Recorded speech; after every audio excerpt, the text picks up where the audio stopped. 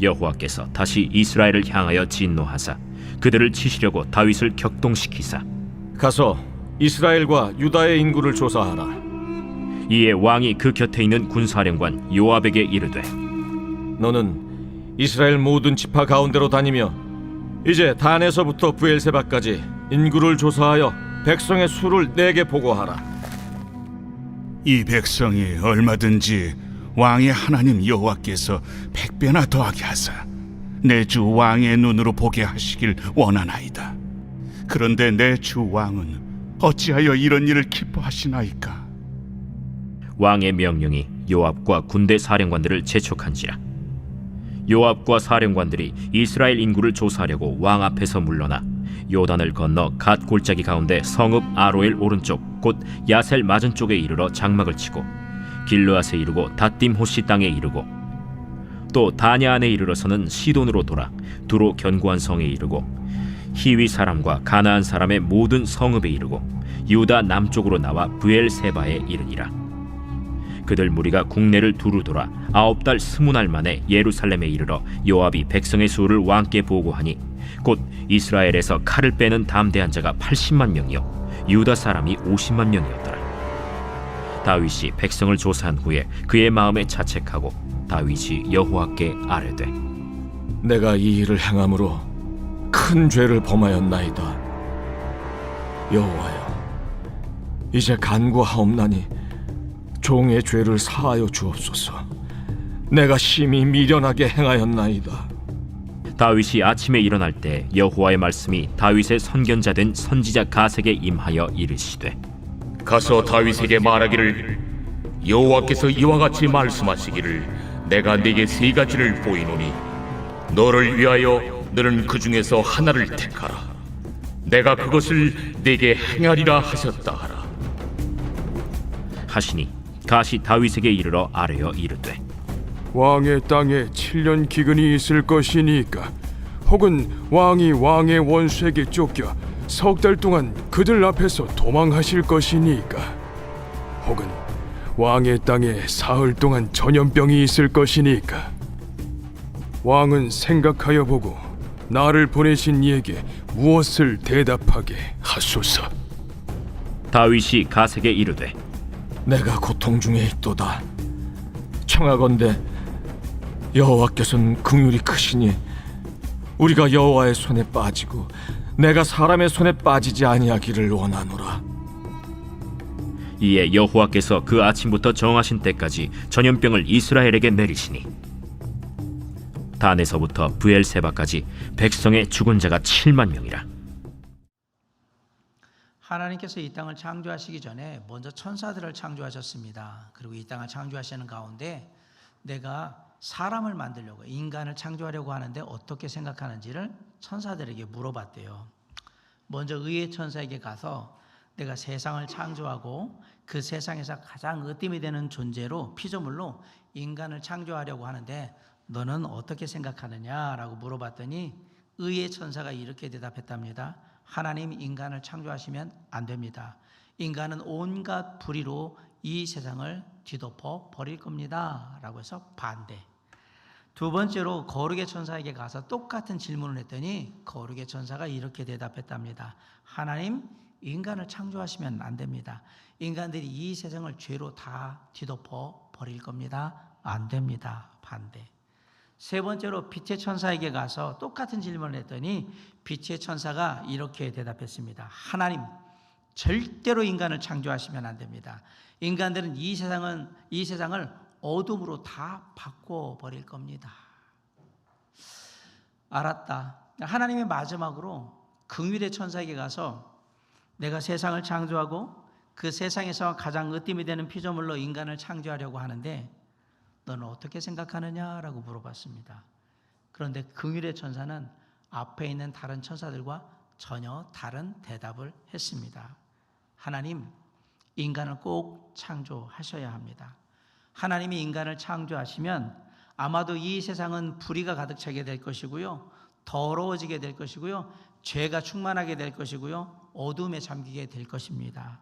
그래도 불의와 더러움과 죄와 어둠 속에 있는 인간들에게 그들을 사랑하시고 긍휼히 여기시는 하나님의 모습을 보여주시기를 원합니다. 그래야 그들이 그런 하나님의 모습을 보고 새롭게 변화되어서 하나님이 원하시는 삶을 살게 될 겁니다. 하나님께서는 우리를 사랑하시고 긍휼히 여기시며 그리고 우리를 포기하지 않으시는 좋으신 하나님이십니다. 사무엘하 24장에 보면 놀랍게도 우리가 알고 있는 밧세바의 간음 사건 이후로 다윗이 저지른 가장 큰 죄악이 기록되어 있습니다. 사탄이 다윗을 충동하기 시작했고요. 인구조사를 하게 하니까 다윗이 그 충동의 유혹에 넘어가서 인구조사를 하게 되는, 교만함에 빠져서 인구조사를 하게 됩니다. 자신이 누리고 있는 부귀와 영광, 명예, 이 모든 것들을 다 보고 싶었던 거예요. 그리고 자기가 얼마나 강한 세력을 가지고 있는가도 확인하고 싶었어요. 인구조사의 원래 목적은 하나님이 이렇게 보살펴 주셔서 하나님께서 이루셨습니다 라고 하나님의 영광을 돌리는 게 맞는데, 하지만 다윗은 하나님이 가장 싫어하는 교만의 길로 들어서게 된 겁니다. 이 인구조사가 다윗의 교만함으로 인해서 이루어졌다는 사실을 요압과 다른 사령관들이 알고 이거 하면 안 된다고 반대를 했지만, 다윗은 그러한 의견들을 완전히 무시하고 인구조사를 강행하게 됩니다. 그렇게 10개월 가까이 인구조사를 하게 됐고요. 그것도 인구조사를 전체적으로 한 게 아니라 전쟁터에 나가서 칼을 들고 싸울 수 있는 군사들만 조사를 딱 했던 거예요. 다윗은 머릿수가, 군대의 숫자가 자신의 힘이요 자신의 영광이라고 생각을 한 겁니다.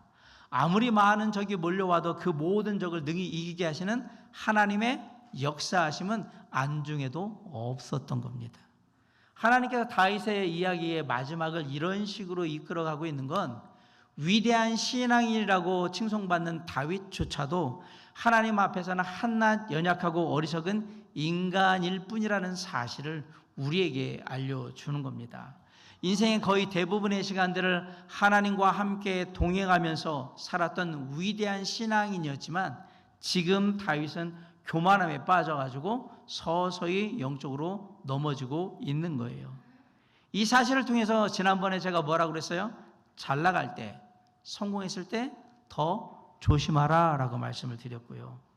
모든 것이 하나님의 은혜인데도 불구하고 그 사실을 잊어버리고 모든 것이 주인이 나인 양 그렇게 착각하고 살아서는 안 된다라고 말씀을 드렸습니다. 우리도 다윗처럼 언제든지 교만해질 수가 있음을 잊지 마시기 바랍니다. 매 순간 나는 아무것도 아니고 오직 주님의 은혜로만 온전히 서 있는 하나님의 사람인 것을 겸손히 인정하시기 바랍니다. 광활한 우주 속에서 나는 한낱 작고 유약한 존재라는 사실을 알아야 합니다. 그리고 내가 가지고 있는 생명, 건강, 재물, 재능, 모든 것들, 그 중에 단 하나도 내가 내 마음대로 할 수 있는 것은 없다라는 사실을 깨달으셔야 합니다. 모든 것이 하나님께서 나에게 거저 주신 선물이라는 사실을 기억하고 겸손함으로 늘 주님과 함께 해야 합니다. 교만은 놀랍게도 징계를 낳게 돼요. 하나님께서 다윗의 교만에 징계를 하시게 됐어요. 인구조사 마치고 10개월 가까이 될 때까지 놀라운 사실 하나는요, 다윗이 자신이 교만한 가운데 빠져 있다는 사실을 깨닫지 못했다라는 사실이에요. 그러다가 인구조사를 마치고 부하가 와가지고 모든 상황을 보고를 딱 할 때, 아, 내가 교만함으로 죄를 지었구나라는 사실을 깨닫게 됩니다. 10절 한번 읽어볼까요? 시작. 다윗이 백성을 조사한 후에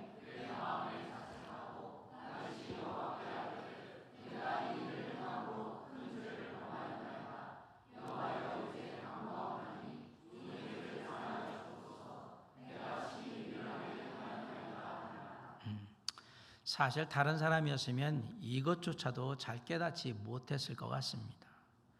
그래서 다윗이 위대한 하나님의 사람인 거예요. 죄를 하나도 안 지어서 위대한 게 아니고, 죄를 지었을 때 즉각적으로 하나님 앞에 나와 회개할 줄 아는 사람이었기 때문에 위대한 하나님의 사람인 거예요.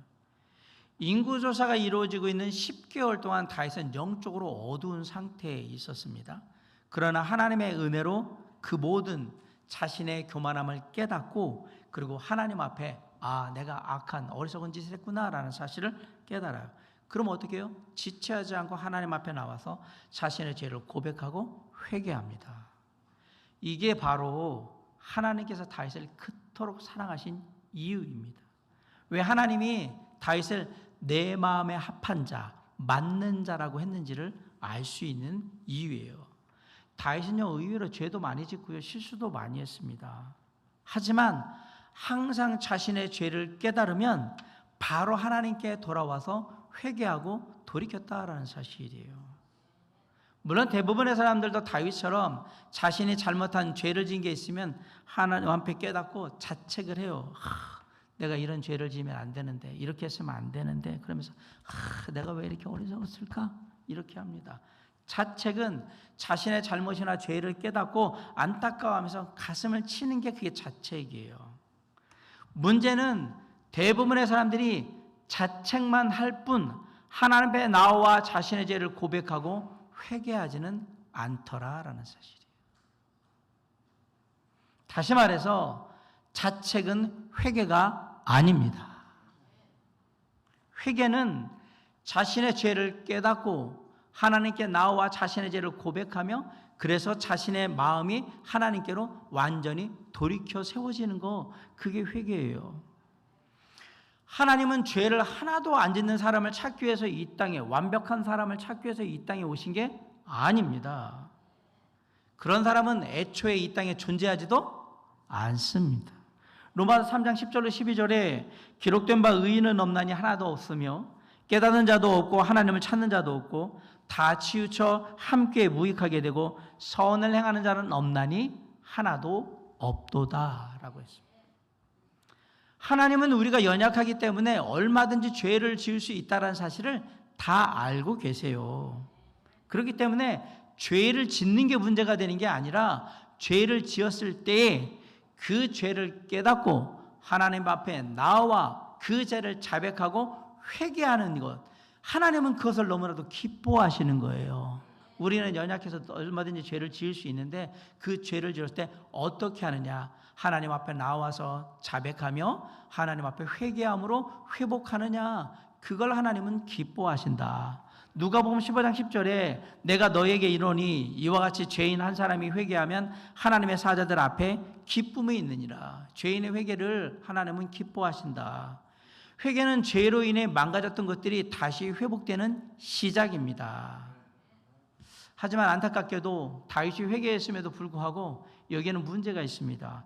하나님의 선지자인 갓을 통해서 하나님이 다윗의 교만함의 죄에 대해서는 반드시 하나님의 심판이 있다라는 걸 알려주는 거예요. 11, 12, 13절 한번 읽어볼게요. 시작. 다윗이 아침에 일어날 때에 12절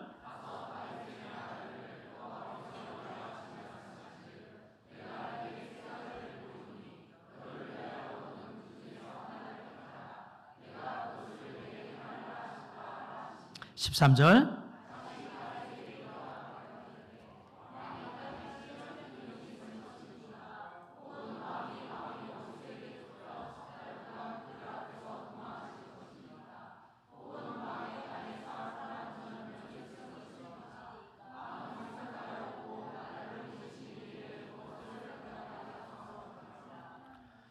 놀랍게도 다윗이 아침에 일어나자마자 하나님의 진노에 대한 말씀이 선포가 됩니다.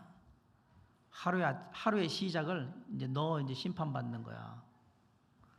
선지자 갓은 다윗이 사울 왕을 피해서 모압 왕으로 도망했을 때가 있는데 그때 다시 유대 땅으로 돌아가라고 하나님의 말씀을 전해줬던 선지자입니다. 그 갓이 하나님께서 왕에게 세 가지 심판 중에 하나를 선택하라고 하십니다. 하나는 7년 동안의 이날에 기근이 있는 것이고 다른 하나는 왕 혼자서 3개월 동안 도피 생활을 하는 것이고 나머지 하나는 3일 동안 이 온 나라에 전염병이 도는 겁니다. 이 세 가지 재앙은 각각의 의미가 다 다릅니다. 7년 동안의 기근은 그 자연의 재앙이잖아요. 그냥 쉽게 말하면 경제가, 나라 경제가 완전히 붕괴된다 이 얘기를 하는 거예요. 두 번째로 3개월 동안의 도피 생활, 그거는 사람에 의해서 주어지는 재앙이잖아요. 원수에 쫓겨서 처절한 고통을 맛보면서 계속 도망 다녀야 되는 거예요. 죽음을 눈앞에 두고. 마지막으로 3일 동안 온 나라에 전염병이 일어나는 것은 하나님의 허락하시는 재앙입니다. 물론 이 다 세 가지가 하나님이 얘기하시는 거지만 이건 하나님이 직접적으로 하시는 하나님의 심판입니다. 이렇게 들으면 어떤 분은 이런 생각을 하실 수 있어요. 하나님께서 죄에 대해 자책도 하고 자백도 하고 회개도 했는데 그러면 됐지, 뭘 또 벌까지 주시려고 이럴까? 은혜의 하나님이 죄를 용서하신다고 얘기해놓고 그러면 용서하셨으면 그만인 거지 왜 징계를 하시는 걸까? 물론 우리 하나님은 우리가 죄를 자백하면 우리의 모든 죄를 다 용서해 주시는 분이십니다. 요한에서 1장 9절에 만일 우리가 우리 죄를 자백하면 그는 미쁘시고 의로우사 우리 죄를 사하시며 우리를 모든 불의에서 깨끗게 하실 것이라고 분명히 말씀하셨습니다.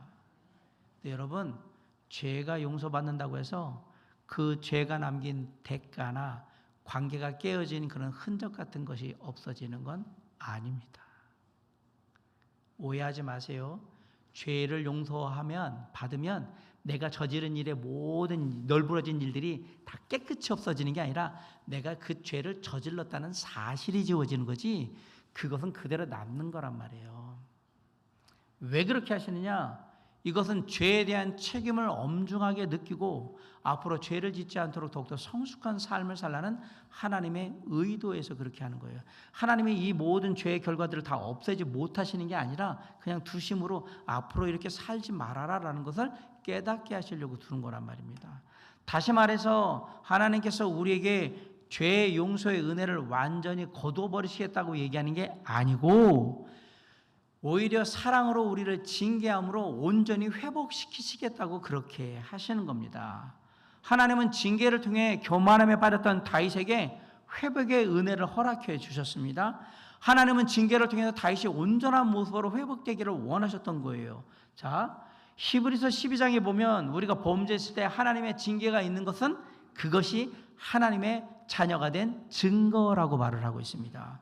히브리서 12장 6절로 8절에 보면 주께서 그 사랑하신 자를 징계하시고 그가 받아들이시는 아들마다 채찍질하심이라 하였으니 너희가 참음은 징계를 받기 위함이라. 하나님이 아들과 같이 너희를 대우하시나니 어찌 아버지가 징계하지 않는 아들이 있으리요. 징계는 다 받는 것이거늘 너희에게 없으면 사생자요 친아들이 아니니라. 하나님은 먼저 사랑하는 자를 징계하시는 겁니다. 잠언 3장 12절에 대저 여호와께서 그 사랑하신 자를 징계하시기를 마치 아비가 그 기뻐하는 아들을 징계한 같이 하시느니라. 잘못된 길을 가고 있는데도 하나님께서 우리를 징계하지 않는다. 그러면 그 사람은 하나님의 자녀가 아닌 거다 이렇게 얘기한 거예요. 어느 날 우리가 잘 아는 설교자인 D.L. 무디 목사님에게 한 여자 성도님이 왔어요. 그래서 이렇게 얘기하는 거예요. 목사님, 제가 사실 최근에 정말 하나님 앞에서 하면 안 되는 여러 가지 많은 또 죄를 범했는데 하나님이 아무것도 안 하시고 그냥 두시더라고요. 그러면서 제가 깨달았어요. 아, 하나님이 안 계시나 보다 라고 생각했어요. 라고 얘기했어요.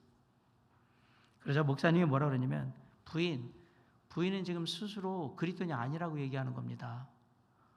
그러자 아닌데요? 저는 오랫동안 교회 다녔고 지금도 예배드리고 다 하고 있는데요. 목사님이 뭐라 하냐면 만일 부인이 그리스도인이 맞다면 하나님이 당신의 자녀를 그냥 죄 가운데 두실 리가 없습니다.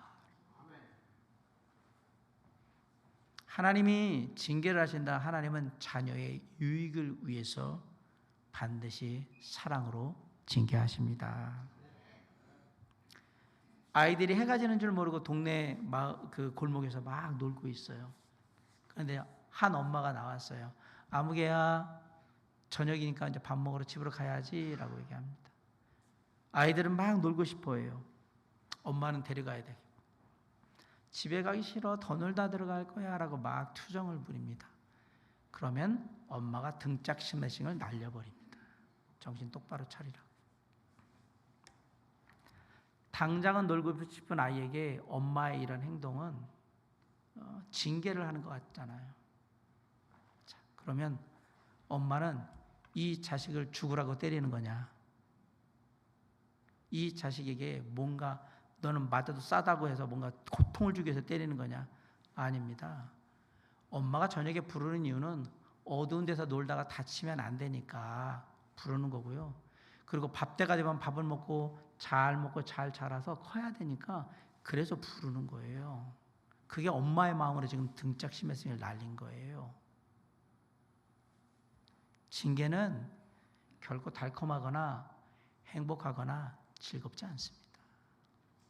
하지만 하나님의 징계를 통해서 우리는 얼마든지 의와 평강의 열매를 얻을 수 있다라는 사실입니다.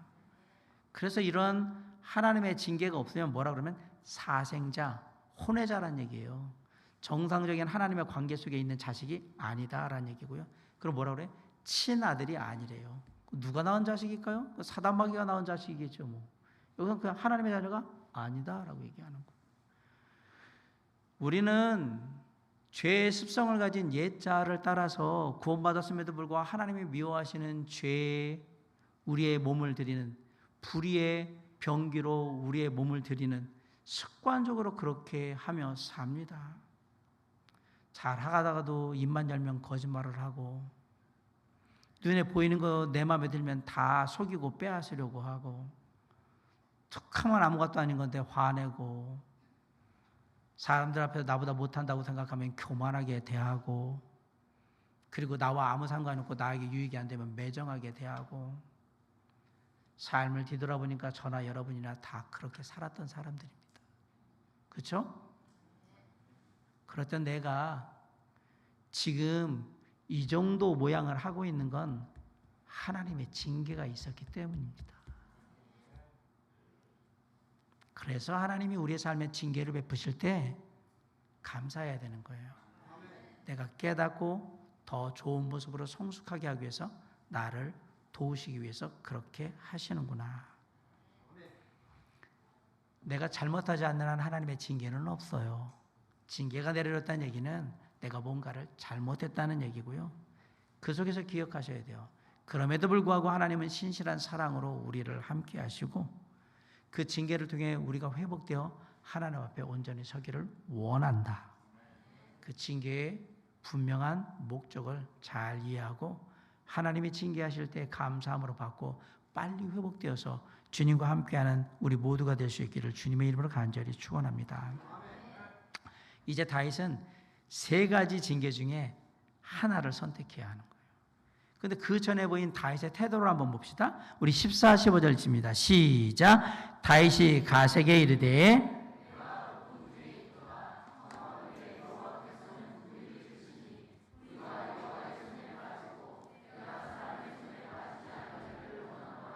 15절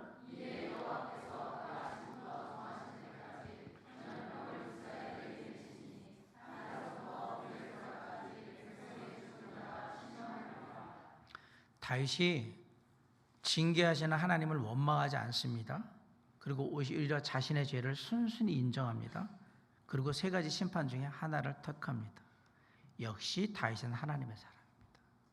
자기가 죄 지은 거 알고 딱 인정하잖아요. 우리는 죄 지으면 오리발부터 내미죠. 그래서 오리발이 구하기가 힘든 거예요.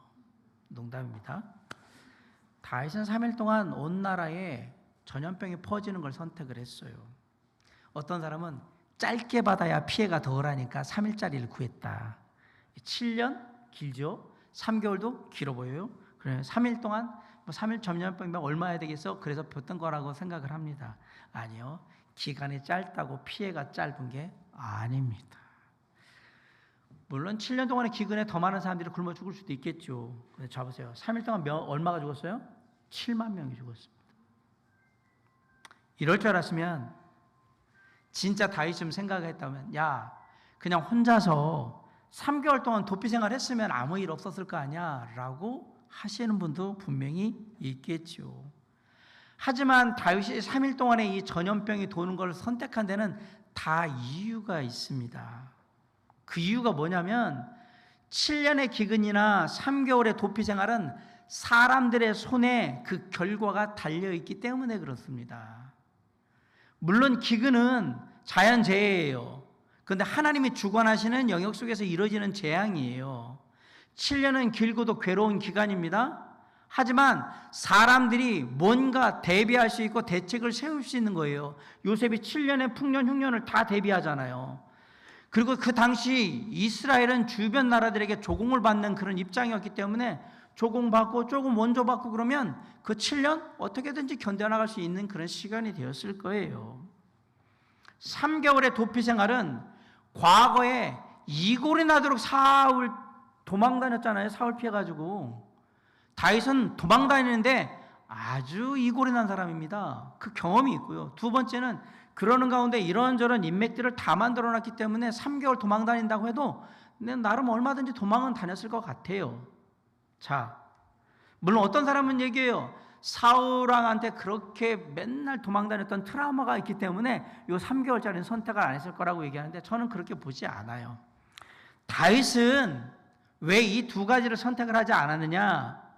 하나님의 징계에 대해서 자신이 사람의 힘을 동원해서 피할 수 있는 것을 하고 싶지 않았던 겁니다. 그래서 다윗은 사람이 주는 끔찍한 고통 대신에 긍휼에 풍성하신 하나님의 손에 빠지는 게 낫다라고 생각하면서 3일의 전염병을 선택하는 겁니다. 사람의 손에 빠진다라는 얘기는 사람의 도우심으로, 사람의 도움으로 이것을 벗어날 수 있다라는 얘기고, 하나님의 손에 빠진다라는 얘기는 하나님의 도우심이 없이는 여기서 벗어날 수가 없다라는 얘기예요. 어쩌면 다윗은 인간적으로는 더 힘든 길을 지금 선택을 한 거예요. 그래서 그 길을 가기로 하는데 다윗은 하나님, 긍휼이 풍성하신, 긍휼을 잊지 않으시는 하나님을, 그 하나님의 성품을 의지하고 믿고 3일의 전염병을 선택하는 거예요. 14절 한번 다시 한번 해봅시다. 시작. 다윗이 가세게 이르되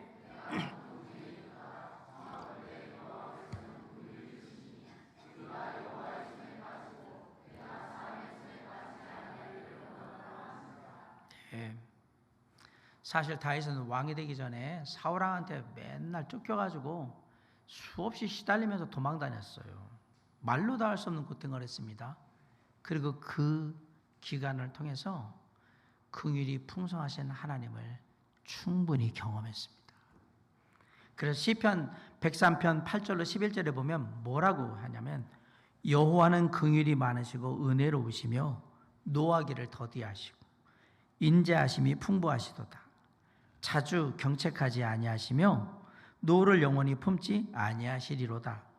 우리의 죄를 따라 우리를 처벌하지는 아니하시며 우리의 죄악을 따라 우리에게 그대로 갚지는 아니하셨으니 이는 하늘이 땅에서 높음같이 그를 경외하는 자에게 그의 인자하심이 크심이로다. 이렇게 고백합니다. 여기서 대단한 것은 다윗이 징계를 받는 가운데서도 하나님의 긍휼히 여기시는 은혜를 구하고 있다라는 사실입니다. 대부분의 믿음이 연약한 사람들은 평안하고 이런저런 일이 잘 되면 하나님의 은혜입니다. 하나님이 축복하셨습니다. 이렇게 얘기해요. 그런데 그러다가 삶에 조금이라도 문제가 생기고 어려워지면 쉽게 낙심하고 실망을 합니다. 특별히 하나님이 내가 좀 이랬다고, 하나님 뜻에 좀 벗어났다고 징계하신다고 느끼면 하나님의 자녀인 나를 어떻게 이럴 수 있어? 아주 버리시네? 그리고 하나님이 버렸다, 버림받았다 이렇게 받아들입니다. 따라서 믿음이 연약한 어린 사람들은 삶 가운데 환난이 있거나 어려움이 닥쳐오면 대부분이 하나님을 원망하고 하나님께 섭섭한 마음을 갖고 결국은 교회를 떠나는 거예요. 신앙을 떠납니다. 믿음이 연약하기 때문에 일어나는 일들이. 하지만 믿음의 사람들은 끝까지 그럼에도 불구하고 하나님의 사랑과 긍휼이 여기심을 믿고 환난과 고통과 어려움 속에서도 견디면서 하나님 바라보고 있는 거예요. 그 자리를 지키는 거예요. 그게 믿음 있는 자의 모습인 거예요. 하나님은 좋으신 하나님, 긍휼을 베푸신 하나님, 반드시 나를 보살펴 주실 거예요. 언제나 하나님의 긍휼히 여기심을 구하시기 바랍니다.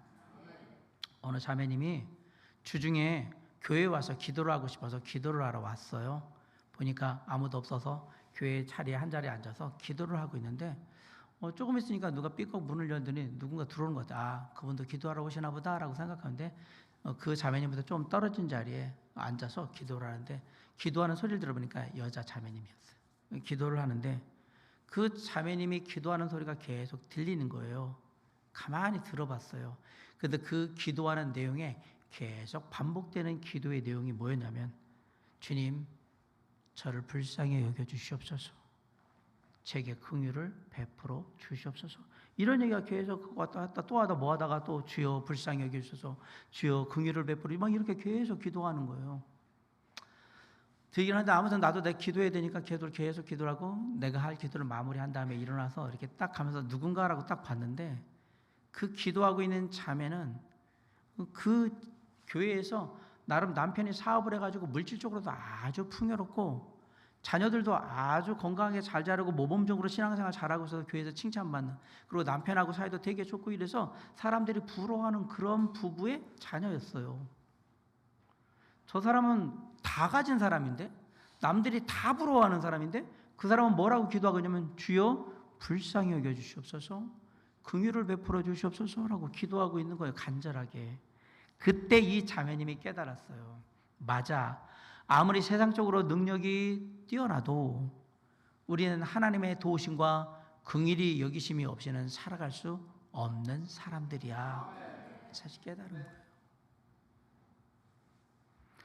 하나님께서 저와 여러분을 불쌍히 여겨주지 않으셨다면 어떻게 지금까지 올 수 있었겠습니까? 그렇죠?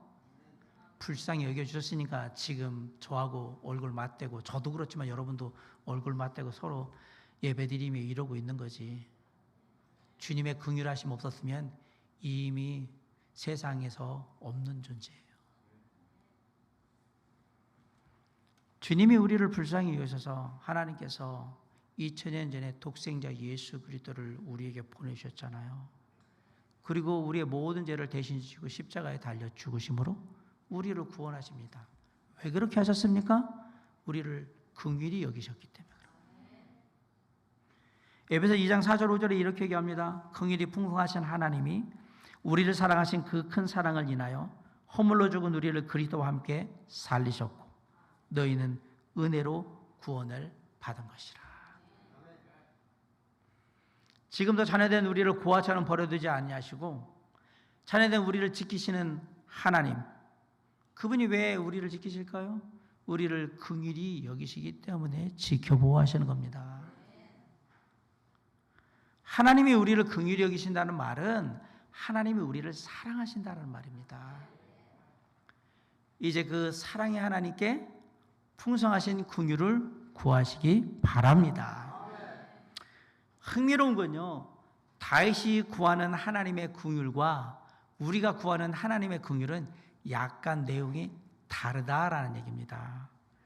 대부분의 우리는 언제 긍휼을 구하냐면 지금 우리의 처지나 형편이 너무나도 안 좋고 어려워서 힘드니까 주님 불쌍히 여겨주세요, 긍휼히 베풀어주세요, 이것 좀 어떻게 좀 해주세요 라고 해서 어떤 이 상황에서 벗어나서 형통하고자 할 때 우리는 긍휼을 구해요. 쉽게 말하면 고통 중에 있는 나를 끄집어내는 것을 하나님의 긍휼이라고 생각을 한단 말입니다. 그런데 다윗은 그런 긍휼을 구한 게 아니에요.